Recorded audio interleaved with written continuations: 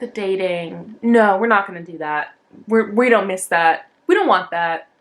Not enjoyable. 0 out of 10. Not the bee's knees. No, we're good. We're good where we are. Thank you.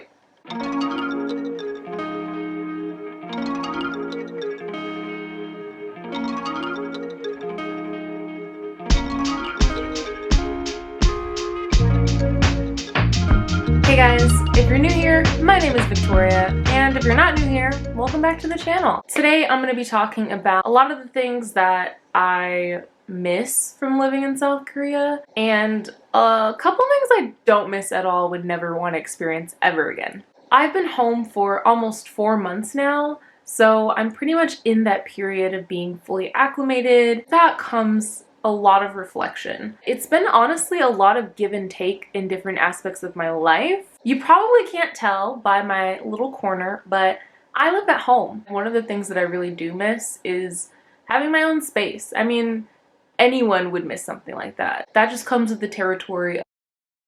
Being in South Korea, everything was extremely cheap. Everything was extremely cheap, especially because I didn't have to have a vehicle. I don't know if you know this, but living in South Korea, you don't need a car. Get you a T-Money card, swoopity swipe that thing. It's reloadable. You can use it on the bus, at the airport, on the train, and the subway, and this thing is gonna cost you like, what, 80,000 won a month? And that's if I was going to Seoul every weekend and, you know,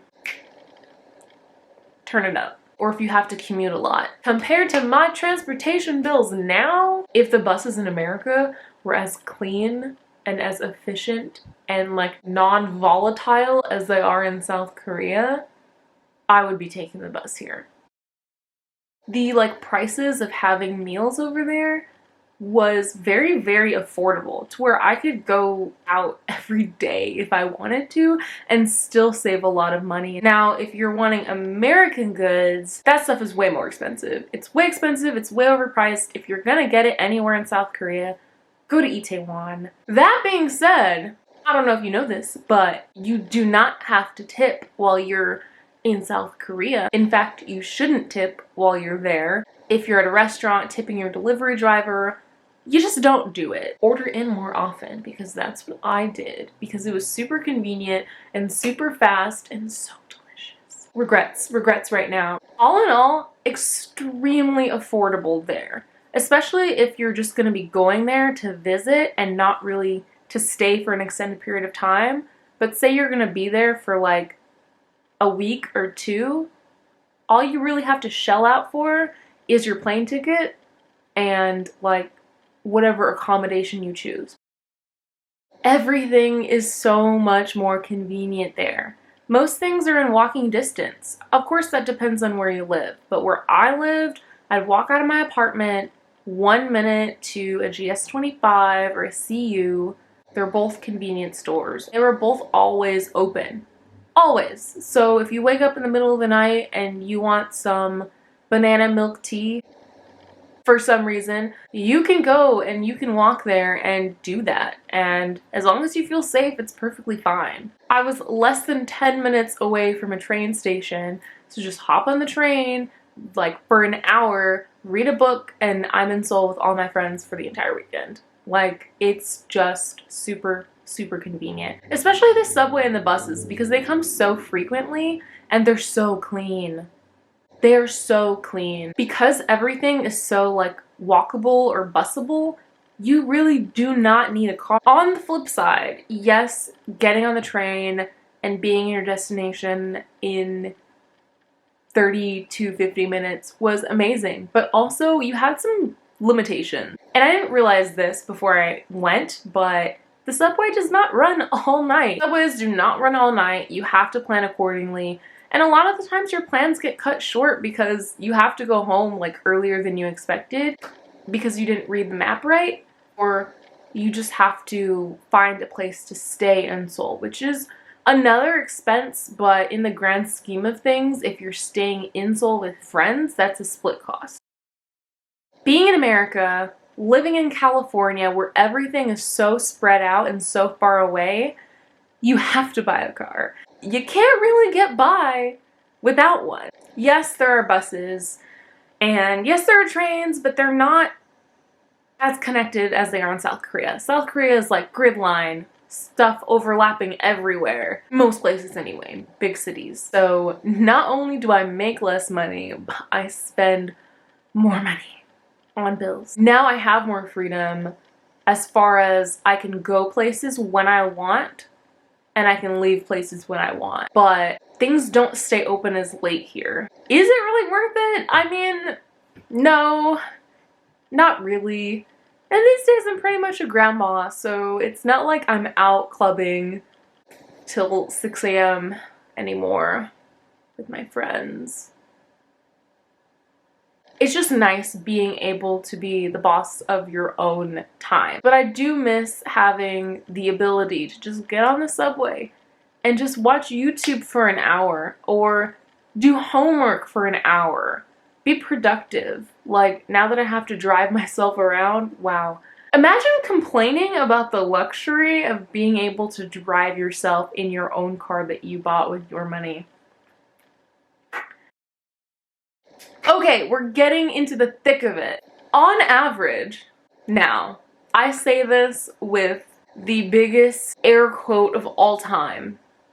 Most people are more polite in South Korea than your average Californian. Most people. And let me tell you why. The social norms around like sharing public spaces with other people are just different. They're centered around causing less problems for the person next to you and taking control of your own actions, essentially.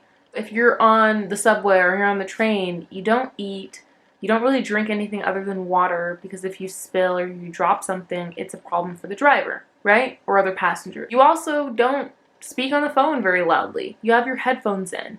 You're mindful of your surroundings and how you're taking up space around you. Because again, it would cause issues for other passengers to hear you on the phone talking about whatever your boyfriend did. I say this with quotes because everyone's different, okay? Not everyone has these ingrained in them, right? But most people do. Most people that I have encountered do. And for the most part, like 90% of the time, my experience on transportation has just been great. It's been clean, it's been quiet, it's been orderly. But there have been times, like this, where I have been harassed in public or made a spectacle or made a petting zoo out of. If you are a African American person, or if you are just visibly very different from the average Korean, you should be mentally prepared to handle people that will treat you like a petting zoo. And I mean random grabs, random touches, staring, and I mean staring. Just overall uncomfortable things. You just have to be prepared to handle it. Handle it well if you can. I get it. Sometimes you gotta be a little assertive, you gotta be a little loud to get your point across that you're not going to mess with me, but, you know, just don't do anything crazy. Don't go to jail. So being stared at, being ogled at, being, you know, oohed at, or that, you know, you just gotta be used to that. The dating. No, we're not gonna do that.